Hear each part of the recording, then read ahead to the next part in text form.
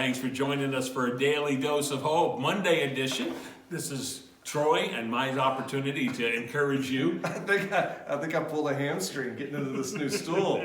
We got new stools. They're beautiful. And they spin around, but I literally think I may have pulled a hamstring. That doesn't bode well for us at all. It doesn't. You know, because it took me about a half hour to get into this chair. I just happened to do it before the camera went on. But we just want to encourage you guys every single day with a word from the Lord, a word from our hearts, and encourage you in your lifelong battle with recovery. Fighting the good fight, if you will. So, Troy, we want to talk this week about an important question that was brought to our attention, and it goes like this. Why don't we make more progress, and why do we so often feel stuck in accomplishing our goals for life and recovery? You know, I always get asked this question in some way, shape, or form. How long is this going to take? How long is this recovery process? When am I going to be fixed? And the obvious answer there is A, never. It's a lifelong journey. But B, longer than you think is my typical answer there. And the reality is this: there are times when we feel like we are stuck. There are times when we feel like we aren't making as much progress as we should. There are times when we just feel bogged down and overwhelmed. And that discourages us because our expectation is that we should be making progress by leaps and bounds, and we should be as far along as him or her or what have you. And the reality is, as long as I'm moving forward, Bill, that's what matters. Okay. As long as I'm moving forward. And even if I take a few steps back, all I've got to do is stop going backwards, turn around, and keep making some steps forward. And you and I have talked about this before. You know, one of the beautiful things about falling down or getting stuck, when you get stuck or you fall down, say you're in a race, say you're in a marathon, which is something you and I would probably be able to do. My God, we can't even freaking get up in these stools.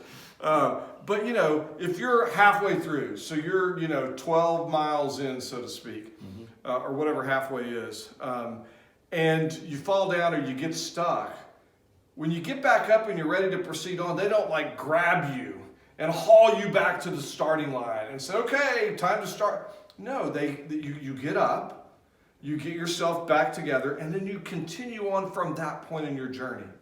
And so stuckness is not this horrible thing that we think it is.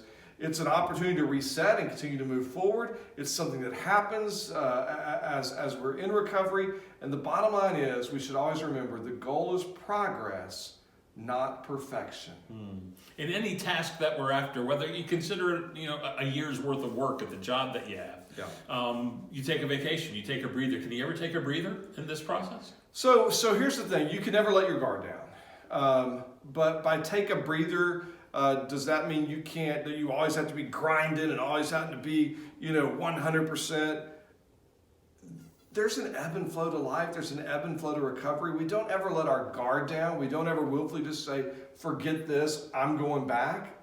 But there are times when we're pressing and making great progress and feeling on top of the world. And there are times when we're stuck in the mud. And if I'm stuck in the mud, I'm not going to beat myself up because I'm not going 10 miles an hour, because you're not going to go 10 miles an hour in the mud. I guess you and I probably aren't going to go 10 miles an hour at any point unless we're in a vehicle. Right. But the bottom line is, we don't beat ourselves up because we're stuck. And we're never going to always be full bore, on top of the world, yay, Jesus, everything's great. We're just looking, again, we're looking for what? Progress, not perfection. Love it. The words I'm taking away from this is, don't beat yourself up. This is a lifelong journey. We got to be kind to ourselves. You certainly would be kind to someone else, another brother who was maybe feeling stuck in their particular journey. Be kind to yourself. You know what I mean? So we'll talk more about this throughout the week. We'll see what the scriptures have to say about the types of things that keep us stuck and keep us from moving forward. And we look forward to talking to you tomorrow. See you tomorrow.